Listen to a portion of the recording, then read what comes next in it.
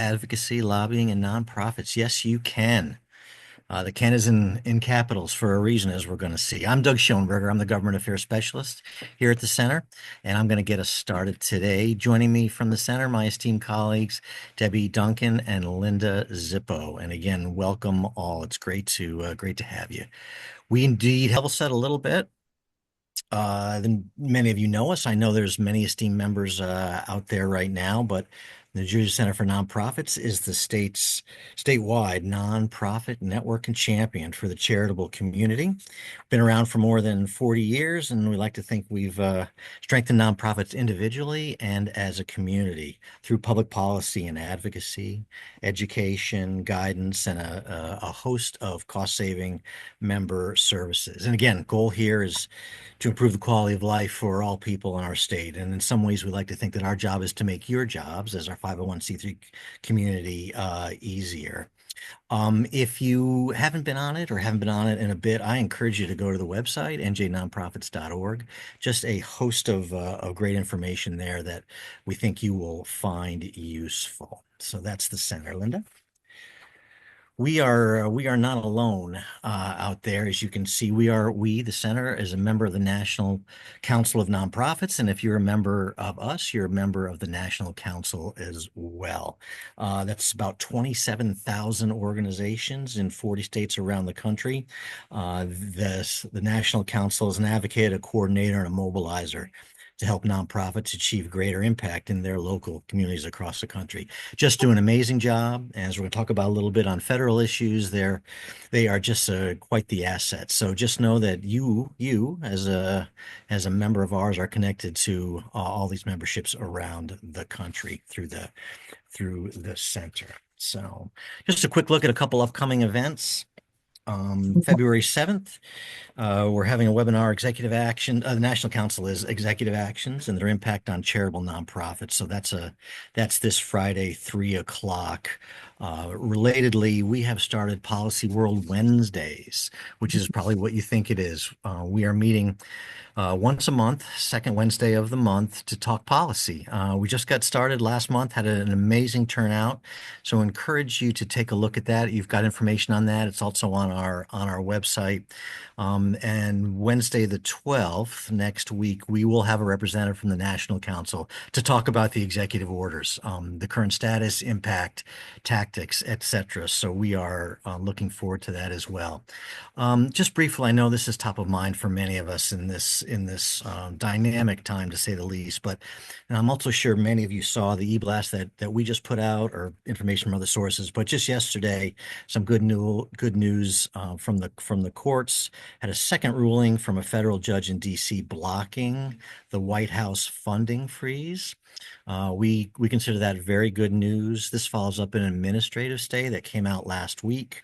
Know that the National Council was one of the originators of that motion requested, so they are very active in this space. There's more to come, and again, there's a lot of questions, some confusion, but we really want to hope to bring some resources to this to help us through this. So, again, more to come on that, but take a look at the upcoming events. I'll also say it's not too early to write down December 3rd on your calendars. That is our annual conference. We're looking forward to that. Planning has already begun for that, but please make a note of that. It's pretty popular, sells out every year. So more to come on that as well. So what do we hope to hit today? We've got this broken down into 4 sections. Why advocate? I'm going to take a run at that. Linda's going to walk us through advocacy lobbying rules. Then we're going to talk a little about getting started, and then we'll end it up with a couple thoughts and a chance to take your questions. But we do need to let you know that we are not here to offer legal advice. You'll see this disclaimer here. Informational purposes only, not legal advice. Specific questions, of course, consult a knowledgeable attorney who can advise regarding your particular circumstances. So let's jump in. Why advocate? So, well, I think the short answer is why not advocate? And we can't not advocate in some ways. We really see this as part and parcel of mission work. And if you look at some of the things that we, the royal we as a sector, want to accomplish, they're high and lofty goals, right? Social and system change, promoting equity, galvanizing communities, getting government investment in the good work that we do. We have to advocate. We have to be in that space if we want to take a run at some of these goals, which I know we all do. It is part and parcel of what we do. So in order to accomplish those goals, officials need to understand where we are and our unique viewpoint. So if that's not quite enough, that $95.1 million represents the money spent in 2022 on lobbying. That comes from ELEC, which Linda will talk about in a minute. It's a lot of money, right? So those of you perhaps in the government affairs space who spend any time in the State House know that on busy session days, it's packed. Right? Can't park. You got to park on the grass, right? There's a lot of people out there who are advocating. That's part of their mission work. So for us not to be there would be a huge, huge hole. So we see this really as integral to what we do, and absolutely important for us to be involved. And that's what today is about. Learn a little bit more about how to do it. But also the why is really important here because that really can drive the how as well. So, but there's good news. Uh, y'all are ready to do this right now. So if you think about the skills that are needed for advocacy, they are very, very similar to things that we do in other facets of our lives. Have you ever tried to find a job, right? Have you ever had to sell yourself to do that, right? Fundraising, um, letting people know about what we're about. The skills are the same. It's all about building relationships. Super, super important. Being ready to present, doing your homework, and just the ability to make your case. These are skills that we all have. As someone who was in the for-profit advocacy space for a long time, we in the nonprofit side have a huge couple of legs up in this space. And that's two things that really make for a good advocate. Having powerful stories, which we all do, and having passion, which go with those stories as well. Those two things not everybody has, but in our sector we have them.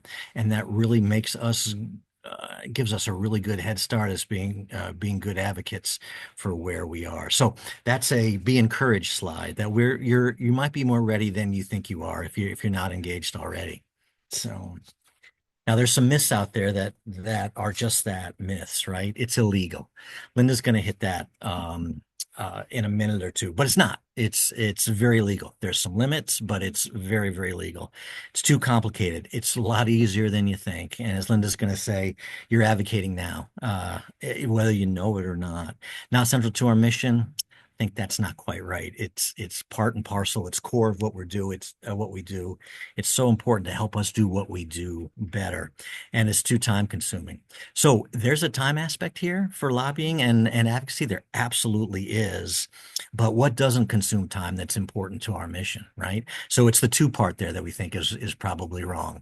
There's some effort required, but it is so worth it. So, and then if you look at uh, there's been some amazing things done that have come from advocacy and lobbying. So you look at all these social causes here, they all started with some advocacy. They all started with some lobbying. They didn't start this big, right? It's the same skill set, right, that drove these amazing changes that we think we all need to get out and use, right? So you're ready to do that, and I'll give you the scope and scales a little bit different. But the outcomes can be as big and be as big. So that's where we are. I'm now going to hand it over to Linda, Linda Czipo, who is the president and CEO of the center. Linda. Thank you so much, Doug, and good afternoon, everyone. It's great to be here and appreciate your taking the time to be part of this briefing. I'm going to be handling the next portion of the presentation. It's going to get a little technical, but there's a reason for it. I mean, Doug kind of went through pretty passionately about why we think this work matters and why it is so essential to nonprofit missions. But in order to do this, it's really important that we know what the rules are so that we can know where the boundaries are and we can do this work safely. So that's where my piece comes in. Again, we'll be stopping periodically for questions. questions. If there's something we can't get to, we'll follow up on it. But and again, you'll have the presentation and everything else so that you can revisit it. So diving in, just a little bit of reminder context. I'm assuming that most of the people on today's joining us today are with, in fact, a 501c3 organization. So that, of course, is charitable, religious, educational, and other purposes. And of course, there are different kinds of 501c3s, and they include public charities, private and corporate foundations, donor-advised funds, etc. Um, this presentation will focus almost entirely on 501c3 public charities. If you are with another kind of organization and you have questions, please follow up with us and we can also connect you to a lot of great other information. Very quickly, because we're not going to spend a lot of time on this, but it's helpful to have this as a reference. Because there is a difference between 501c3 organizations and 501c4 social welfare organizations in terms of what they can do in this space. Again, we're going to stick almost entirely with 501c3s on this presentation, but 501c4s are not quite as limited in what they can do in terms of lobbying or in terms of partisan political activity. We're going to get into, again, we're sticking with C3s, but this is here for comparison purposes because sometimes there is some confusion over what 501c3s and C4s can do. Some of you may have related organizations. A number of nonprofits have both a C4 and a C3 educational arm, and there are ways that those entities work together. But just bear in mind there are some differences here.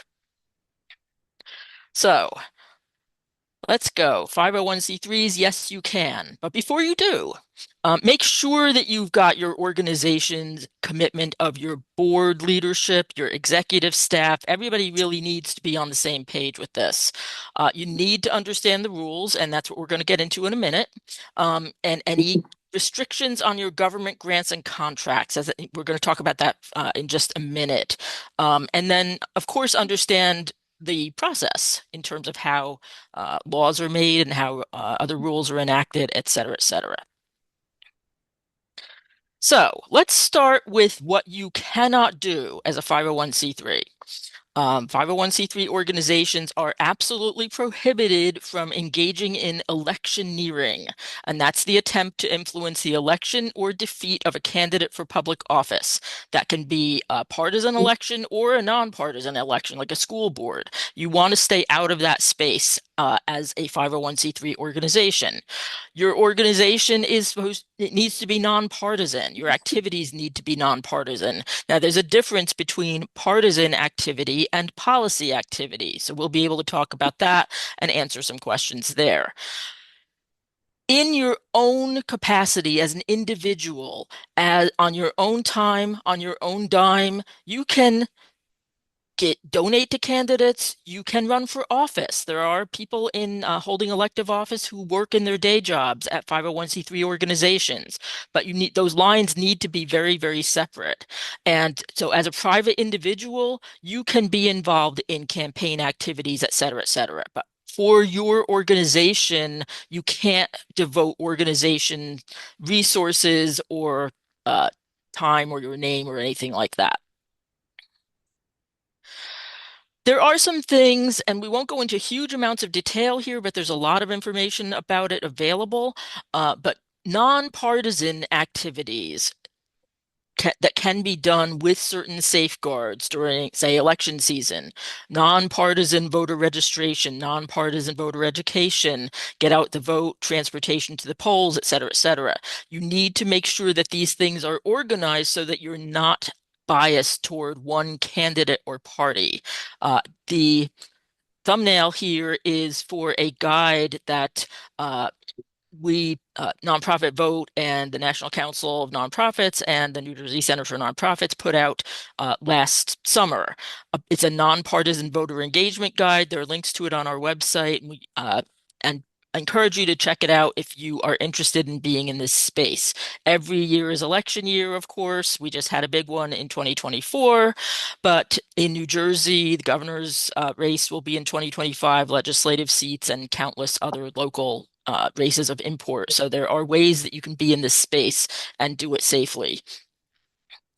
So, in order to advocate and lobby safely, you need to know what these things mean. So we're going to go in first things first. Advocacy and lobbying, they are not the same thing. Advocacy is a more general, broad term that encompasses all facets of speaking or writing in favor of a cause or another organization.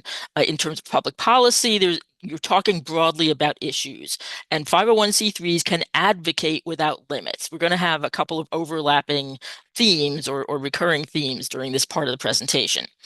Lobbying is a form of policy advocacy. You're trying to influence specific policies, federal or state legislation, or county or local ordinances. 501c3 organizations are permitted to do this within specified limits, and that's the thing we need to know about. So just by way of making it a little bit easier to remember, lobbying is a form of advocacy, but not all advocacy is lobbying. Some other things really important. We're not going to go into detail here, but really, really important. Uh, with very, very limited exception, you typically are not permitted to lobby with government funds. If you are government funded, you need to know what your contract guidelines are, and you need to be sure that you are not using your government funds to lobby. Sometimes you may not even be able to use them to advocate. You need to check your contract guidelines and abide by them. That does not mean that there are not other ways that your organization can engage in this work, but you're you need to make sure that you're following your contract guidelines and requirements. There is such a thing as a Federal Lobby Disclosure Act. This is not the same as what we're going to be talking about today, but if you spend a fair amount of money, I believe the threshold is something like 10 or $14,000 in a quarter on federal lobbying kinds of activities, then you need to be aware of this. We can connect you to more information about this, but you just need to know that it exists if you are very active uh, on the federal stage. New Jersey, we'll get into this a little bit briefly later. New Jersey also has a Lobby Disclosure Act. It has different definitions than the IRS, and it's designed with different objectives in mind. But that's also something that if you're going to be engaged in advocacy and lobbying on state level, you need to be aware of. So let's dive into the real fun, which is the IRS lobbying regulations. This is the stuff when people think about what 501c3 organizations can do as far as lobbying goes. This is what they think of. They think of the rules in place that are governed by the IRS. So just a couple of things, basic points. 501c3 public charities, refresher, may not be involved in electioneering or public political activity or contribute to campaigns or parties or things like that. You can do nonpartisan voter education and engagement. You can provide technical assistance to legislative bodies. You can do advocacy generally, and you can lobby within certain limits. So, if a communication does not meet the criteria for lobbying, then the communication is advocacy. And we'll get into what the differences are right now, because this is where kind of the rubber meets the road as far as what you need to track, how you can track it, et cetera, et cetera. So the IRS says, or Internal Revenue Code says, that publicly supported charities, 501c3 charities, may lobby as long as it's an insubstantial part of their activities. Who defines what all of that means? The IRS does. They define what lobbying is, how much lobbying is too much. And how much lobbying is too much can be measured in one of two ways. There's a default test, which is based on the facts and circumstances of every situation, which can be a little bit vague and uncertain, but that's what's in place unless you do something else. But there's another test called the expenditure test, which is advantageous for a lot of organizations. And that is what it implies. You're telling the IRS by way of filing a short form that you want to be measured by what you spend on lobbying. And this gives you a lot of latitude in terms of what you can do. The Other the facts and circumstances test, also important to keep in mind. Volunteer activity might be included in that definition. It's not necessarily applied consistently.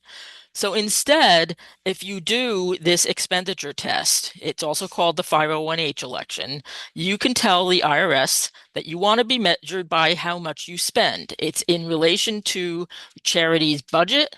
Um, it doesn't, unreimbursed volunteer activities are not included. And again, for many charities, it is a much more advantageous way to go. Again, we can certainly answer more questions about it, but or send information separately, but it's certainly something that we think is worthwhile to consider. Before let me stop and see if there are any questions in the chat, Doug, that relate to uh, Yeah, what I I think this Lauren has a question. Can you give an example of how you'd advocate for a person rather than an issue? I mean, we've talked about it a little bit. Yeah, I mean, some of that could be, in the most general sense, if you're advocating for a person, you're just doing this, day to day. It doesn't have to be in the legislative front. Advocacy, another, this isn't necessarily on the part of a person, but a great case was when a food bank went to uh, ask Walmart to change their policies with respect to food donations. And Walmart, after talking with the representatives of the food bank, changed their policy, not only in that particular store, but they changed it nationwide. So that's not legislative lobbying. It's just you're advocating because the people who the food bank was trying to serve would have benefited from a change in action on the part of somebody that wasn't legislative at all. So that's just one example.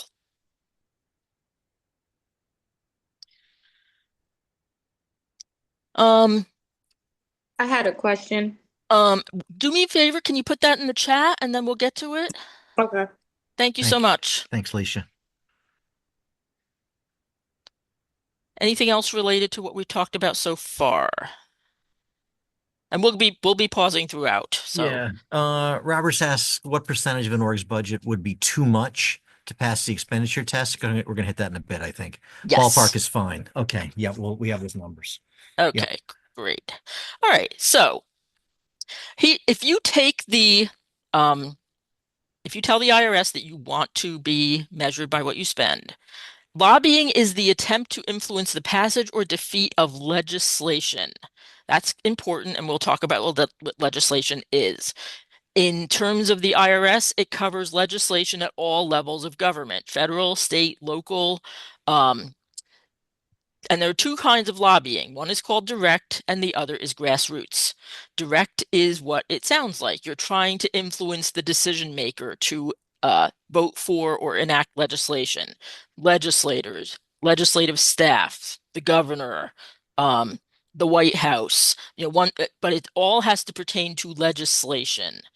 Grassroots lobbying, and we'll get into this a little bit more, is encouraging the public to contact their legislators, et cetera, to influence legislation. And we're going to get into some examples in just a little bit. So what's legislation? Legislation, and I'm dating myself big time with Schoolhouse Rock, but hey. Legislation includes a bill or a legislative proposal, includes a resolution, a judicial appointment, a referendum, a bond issue. Those things are all considered to be legislation. What is not legislation, and this is really important for the conversations that we've been having lately. Attempts in terms of the IRS, attempts to influence administrative rules or regulations are not legislation. Executive orders are not legislation. Litigation isn't legislation. So if you're working in those spaces, in terms of your IRS lobbying limits, you're doing advocacy and it's not even butting up against what your limits are. So that's important to keep in mind. And one theme I will be coming back to more than once is that there is a fair amount of flexibility and ways to stretch your advocacy and lobbying resources. So that's one way to keep in mind. If you're trying to work on administrative rules, that's not legislation in the eyes of the IRS. So direct lobbying, two things have to happen for communication to be considered direct lobbying. Your communication has to be to a legislator or government official, as in, their staff, or it could be, again, if it's a bill that's reached the governor's desk, for example. So communication with a legislator or government official. The communication has to refer to legislation and it has to reflect a view on that legislation. So both of those pieces have to be met. By contrast, grassroots lobbying has to do three things. All three conditions have to be met. It has to be directed to the general public. It has to refer to specific legislation.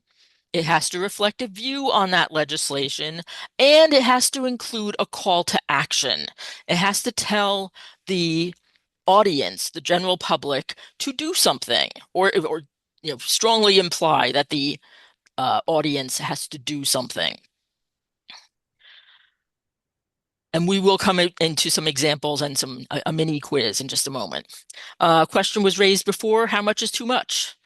This handy chart, which comes straight from the IRS, is how much is too much. It's based on your exempt purpose budget, which really encompasses most of your budget. There are a couple of exceptions, but for the most part, it encompasses everything. So for simplicity's sake, let's say you have a $500,000 budget. You can spend up to, if you take the 501H election, the expenditure test, you can spend up to 20% or $100,000 on lobbying as the IRS defines it. That scale goes up with some decreasing percentages depending on what your budget is, 500 to $1 million to $1.5 million, or $1.5 million and over. So the other thing to keep in mind, you cannot spend more than $1 million on lobbying as the IRS defines it. Unless your organization is very large, you are not likely to come up against that ceiling. And then grassroots lobbying can be no more than 25% of the allowable lobbying ceiling. So let's say your budget again is $500,000. You're allowed to spend up to 100 of that on lobbying. Even if you don't spend $100,000 on lobbying, you could spend up to 25% or 25,000 on grassroots. Grassroots is a little bit more limited, but it's still pretty generous. Unfortunately, these thresholds are not indexed to inflation. There have been efforts over the years to try to change that, but so far these are baked in terms of the amounts. There are some things, if you want to get a deeper dive in terms of how these things can be flexibly interpreted, there are some exceptions to what the lobbying definition is. If your organization engages in nonpartisan analysis or research without a direct call to action, you can express views on legislation as if you're coming to a conclusion and allowing the impartial reader would be able to come to that conclusion. That's an exception. Self-defense, lobbying on matters that affect your tax-exempt status or rights or existence. Unfortunately, it doesn't include the budget or funding for your organization, but other things like charitable giving deductions or efforts to remove tax exemption for various purposes. The bill that was in play in December that would have allowed the Secretary of the Treasury to designate nonprofits as terrorist supporting organizations and thereby perhaps remove their tax exemptions. Those are examples of self-defense, and that doesn't count as lobbying, and therefore you are not limited in your ability to do that. Responses to written requests for technical advice. If a legislative body, not just one legislator, invites you to come and requests you to come and give your expertise, then that is also not subject to the limits of to the lobbying limits. And finally, you can also prorate your expense allocations. This matters because let's say you have a newsletter that goes out. It's an 8-page newsletter, 4 pages is devoted to lobbying. Then only half of the expense associated with that newsletter would have to be charged for lobbying purposes. So there is some bookkeeping involved. You do need to track, but again, there are a lot of ways to stretch the resources and your so that you can make your lobbying and advocacy dollars go even farther. There are some exceptions to grassroots lobbying.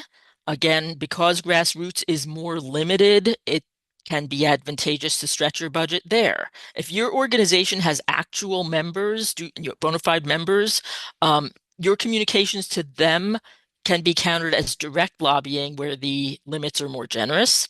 And if you are working on things like bond issues or referenda, public questions, that counts as direct lobbying because the decision maker is the voting electorate.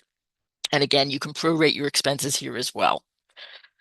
There are great resources from the Alliance for Justice and others, and we can certainly connect you with them as far as how this stuff can happen in real life. But there's time for a quiz. You didn't know you were going to be quizzed, but here we go. And I will invite you to put your answers in the chat. We're going to have a few examples, and we're going to ask you, based on what you heard, is this advocacy or is it lobbying? Or it basically would be a direct yes or no. Is it lobbying or no? So here we go. These questions have to do with direct lobbying.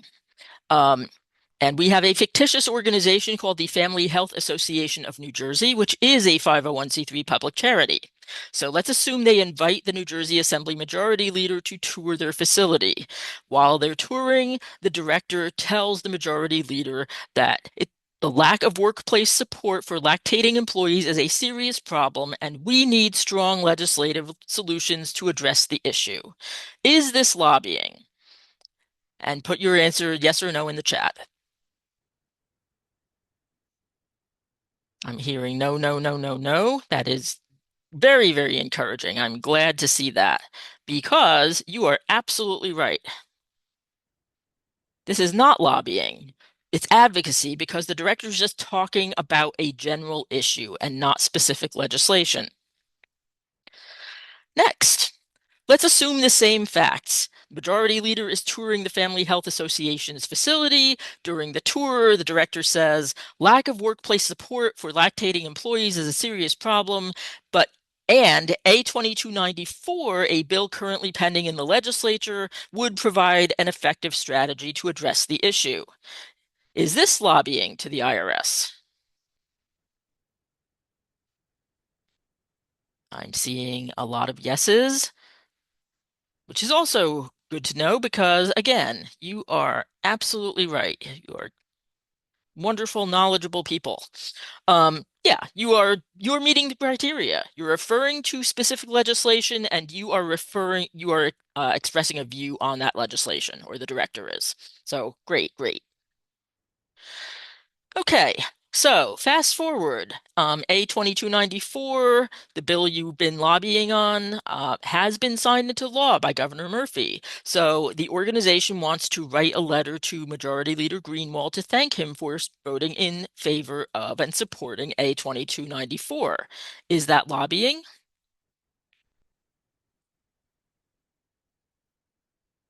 I see a lot of no's. And I will say yes, correct, you are right. The thank you note is not a lobbying communication because the vote has already been taken. There's no influence to be had there. So congratulations, you have earned 100% so far. So next, the New Jersey Department of Health has issued proposed regulations governing the licensure of pediatric community transitional homes. The Family Health Association has submitted comments to the Department of Health recommending changes to the proposed regulations. To the IRS, is this lobbying? Scrolling to make sure I'm looking at the right answers. I see no, no, no, no, no. Let me see, was there anybody else? I see one yes, but the rest no's. And the answer in terms of the IRS is no, because regulations are issued by the Department of Health is an executive branch matter is not considered to be lobbying by the IRS. Again, I talked about the legislative disclosure laws on the state level. That's a different thing. So you may need to track the activity anyway. But if we're talking about what's lobbying to the IRS, how your limits come into play, executive rules don't count and department rules don't count. So, um, before we go into some grassroots lobbying examples, Doug, are there any questions in the chat about Yeah. this piece? Yeah, a couple. So Alicia, thanks for putting in the text. So we can make policy recommendations? Question? Um, the short answer is yes.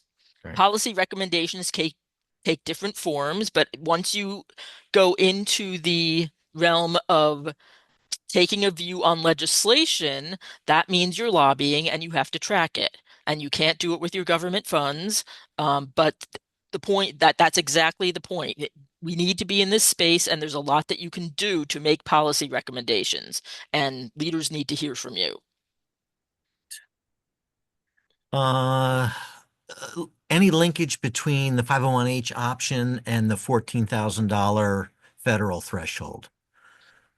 Um, I'm going to double check that because I had been under the impression, and this is one of these where I'll want to follow up because I had been under the impression, and I think it's still accurate, that 501, that 501(c)(3)s are, they have to comply with the Federal Lobby Disclosure Act, but that they could also use the IRS definitions if required just to make compliance easier.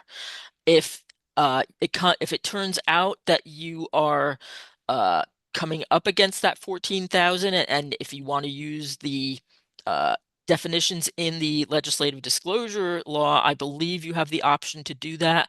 This is one of those areas where we can send you links to other documents for additional clarification. Uh, but that's my best recollection at the moment, but we'll definitely flag that for follow-up. Good question. How about asking a legislator to start a bill that you have a position on? That is lobbying because you're trying to influence the introduction of legislation. It is specific legislation, and sometimes it's hard to tell when the clock actually starts ticking.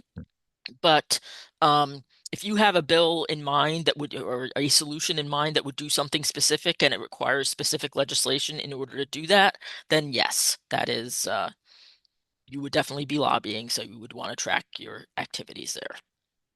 And going to the governor to push an executive order, Um, lobbying or not? Not to the IRS Right. because it is not legislation. Right. Okay.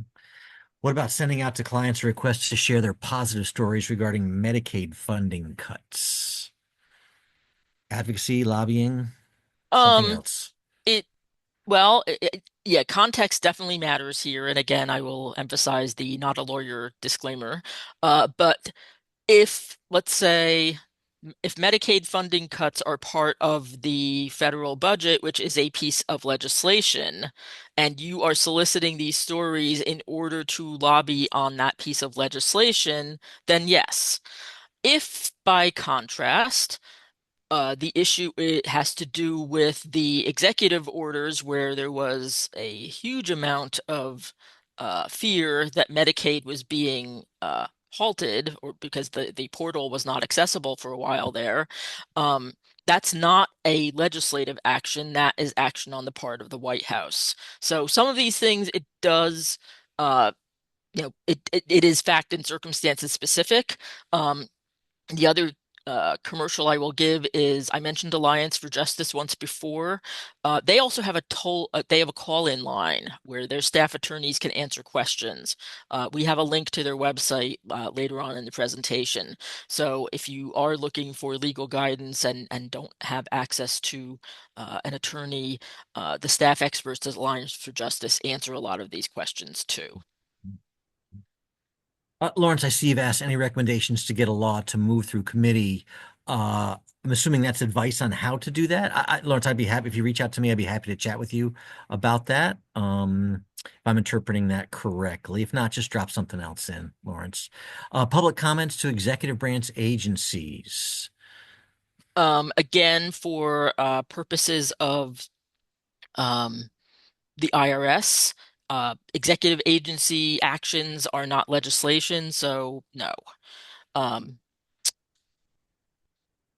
so let me keep going a little bit because we have our quiz is not done, and I want to make sure that we get through the presentation and have some time for more questions. So this is is it grassroots lobbying or not? Remember, there are several conditions that have to be met for communication to be grassroots lobbying. Refer to legislation, reflect a view on legislation, and tell the general public to take action with respect to that legislation. So let's rewind the clock. Unfortunately, the Family Health Association's legislation hasn't been enacted anymore. They have a mailing list of 5,000 members of the public, and they send a letter to everyone on their mail list. And it describes the bill, and it ends by saying, call your legislators today and ask them to support A 2294. Is this lobbying, according to the IRS? I see a lot of yeses. And you're absolutely right. It is grassroots lobbying because all of the conditions have been met. Specific legislation, view on that legislation, and a call to action. So let's assume the same facts as in the last slide, but instead it says the Assembly Labor Committee intends to vote on this legislation on October 13th, and then the communication lists the names of all of the members of that committee. Is that grassroots lobbying?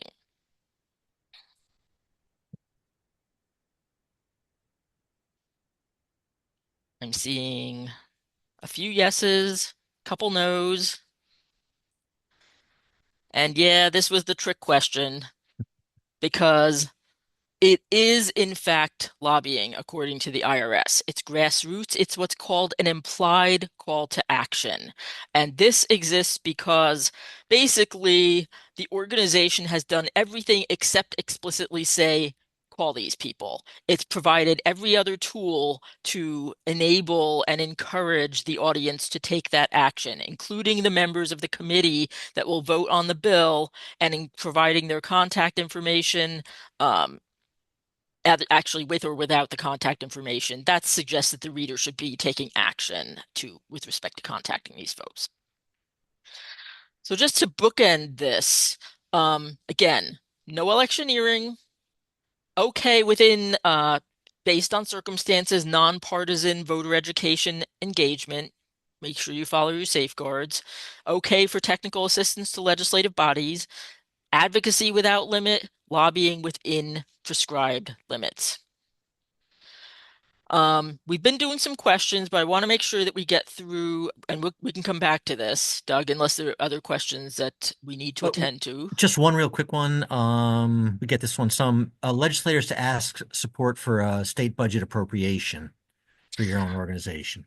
Um, because that does require an act of legislation, yes, the budget is a legislative document. The congressionally directed spending on Congress side or the dedicated appropriations on the state level, all of that is legislation. So that work would be considered lobbying.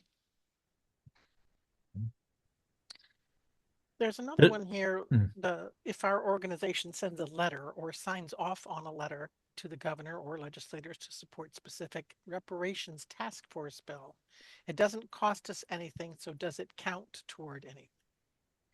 If you have taken that 501H election, if you filed that short form 5768 to tell the IRS you want to be measured by the expenditure test, then no. I mean, if it takes you 5 minutes of staff time to sign the letter, then that's all you've spent. If your board members, your uncompensated board members are taking action on behalf of your organization and you haven't spent on anything, then also you don't have to track that. So that's another way that's really important to stretch your resources.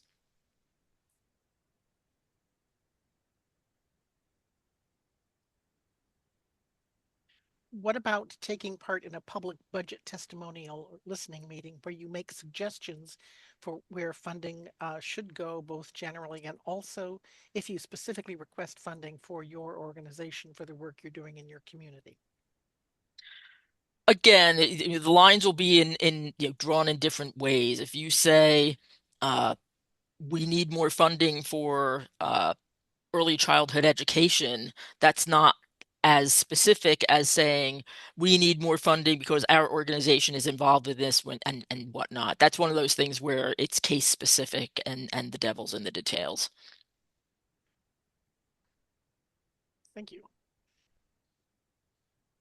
All right. We're not going to dive into the New Jersey lobbying rules in any great detail. However, if you want more information about this, there's more on our website. And if you would like a follow-up presentation that focuses more on this aspect, we can certainly provide that. But you do need to know that New Jersey has a Legislative and Governmental Process Activities Disclosure Act. It's designed with a different purpose in mind. It's supposed to shine a light on the influence of money in policy. So this isn't focused on nonprofits, and it doesn't limit lobbying. It focuses on registration and disclosure. It's a follow the money statute. So you see Hal Holbrook in one of my favorite movies ever, the All the President's Men. But that's what this is about. And so if you know that why this law exists, and that's why the federal lobby disclosure law exists. It's not the same as the IRS, but if you are going to spend money lobbying in New Jersey, and trying to influence activities in New Jersey, then you need to be aware of this. Because the thresholds that require registration and reporting are very low. It's anything of value within which could include expense reimbursements if that's more than $100 in a 3-month period to influence New Jersey legislation, regulations, or governmental processes. So it covers more than just legislation on the state level.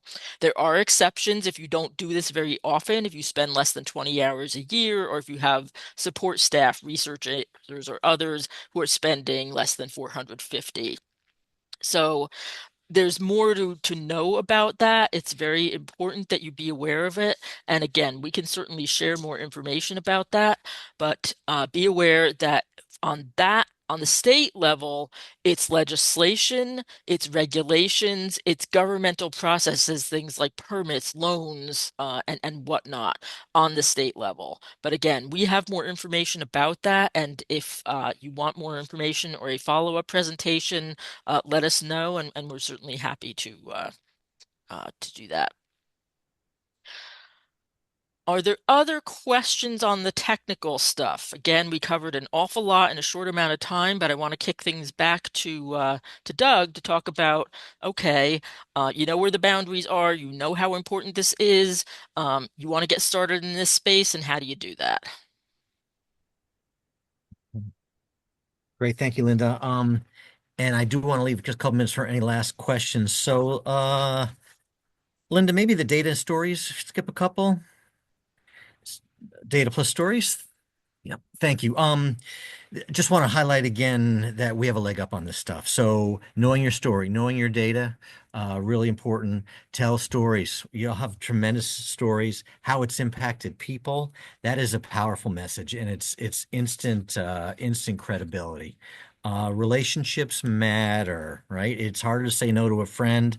You don't want to ask a stranger for a favor. There's a kind of a lobbying rule that says your first meeting should not have an ask, right? You want to have a relationship first before you have an ask. I recognize sometimes that's hard to do, but look for ways to get started locally. You know, do you know your mayor? Does your mayor know that you exist?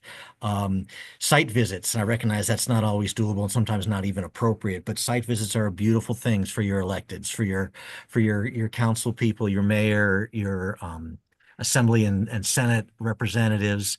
Have them out, right? It's a great photo op for them. It's an amazing opportunity for you to get eyes on the great work that you're doing, and you build that relationship. That second call, once you've had them out, it's completely different, right? That dynamic, that vibe is very different. A lot of organizations out there that are already engaged.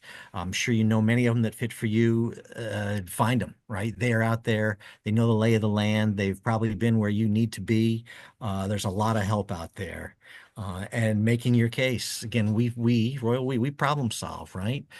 So as you come with a problem solving ask, that is good for everybody as well. So that's a big part of making your case. And again, remember to celebrate, right? Little wins are still wins, okay? And a little win could be having a great meeting with your mayor at your place, right? That's an absolute win. This is a process, right? Good advocacy takes time. When I was with AT&T in Washington, one of the legislative advocates said, you can get legislation done in 5 years, but good legislation takes 10. Now he's exaggerating a little bit, but it's a process, right? And relationships are the foundation on that. Do something every day, advocacy every day.